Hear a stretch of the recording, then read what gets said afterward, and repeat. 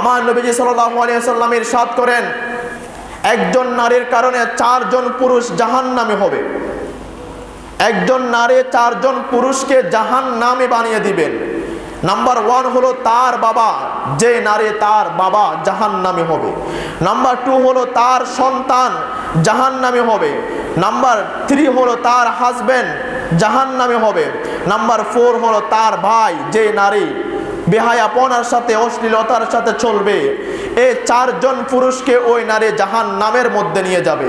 আমার নবীজি সাল্লাল্লাহু আলাইহি ওয়াসাল্লাম ইরশাদ করেন, হযরত আব্দুল্লাহ ইবনে মাসউদ রাদিয়াল্লাহু তাআলা আনহু থেকে হাদিস বর্ণিত, নবীজি ইরশাদ করেন, একজন নারীকে জাহান্নামের দিকে নিয়ে যাচ্ছিল ফেরেশতারা। তখন ওই রমণীটি, ওই নারীটি জাহান্নামের দরজা বরাবর গিয়ে বললেন, ও আমার ফেরেশতারা একটু দাঁড়ান, আমাকে একা জাহান্নামে নিয়ে যায়েন না, আমার সাথে সাথে আমার বাবাকেও নিয়ে যান, আমার ভাইকে নিয়ে যান, আমার হাজবেন্ডকে নিয়ে যান, আমার ছেলে সন্তানকেও নিয়ে যান। কেননা আমি যেদিন ঘর থেকে বেহায়াপনার উদ্দেশ্যে বের হয়েছি, আমার বাবা ঘরে থাকা সত্ত্বেও আমাকে ডাক দেই নাই। আমি যখন বেহায়াপনার সাথে, বেপরদাতার সাথে আমি যখন ঘর থেকে বের হচ্ছিলাম, আমার ভাই আমাকে ডাক দেয় নাই।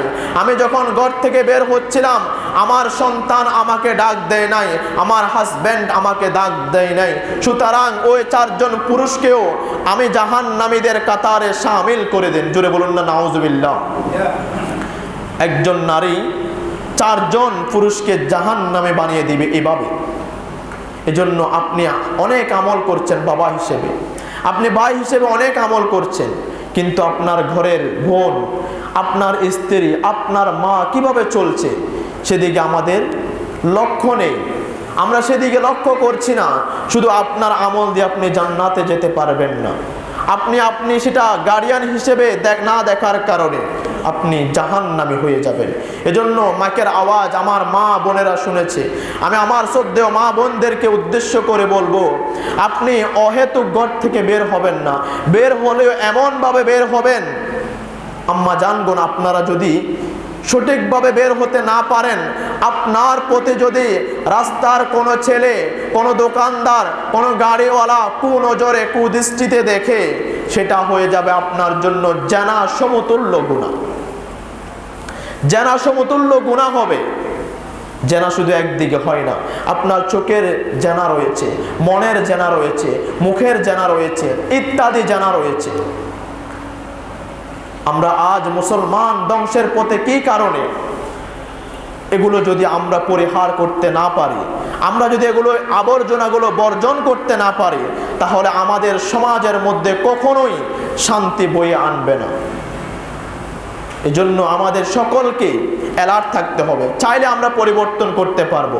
আইয়ামে জাহেলিয়া ছিল, আমার নবীজি সাল্লাল্লাহু আলাইহি ওয়াসাল্লাম আসার পরে ওই অন্ধকার যুগ, জাহেলিয়ার যুগকে মুছে দিয়েছেন নবীর আদর্শের মাধ্যমে। নবী একাই যদি সেটা আদর্শের মাধ্যমে করতে পারে, আমি আপনিও চাইলে আমাদের পরিবার, আমাদের সমাজ, আমাদের গ্রামকে আমরা পরিবর্তন করতে পারি। সেটার জন্য সচেতন হতে হবে। সচেতন হয়ে গেলে আমরা, আমাদের সমাজ, আমাদের রাষ্ট্র সুশৃঙ্খল হয়ে যাবে, সুন্দর হয়ে যাবে, সুন্দর রূপে সাজিয়ে যাবে। আল্লাহ পাক সুবহানাহু ওয়া তাআলা আমাদের সকলকে বুঝে আমল করার সেই তৌফিক দান করুক। বলুন আমিন।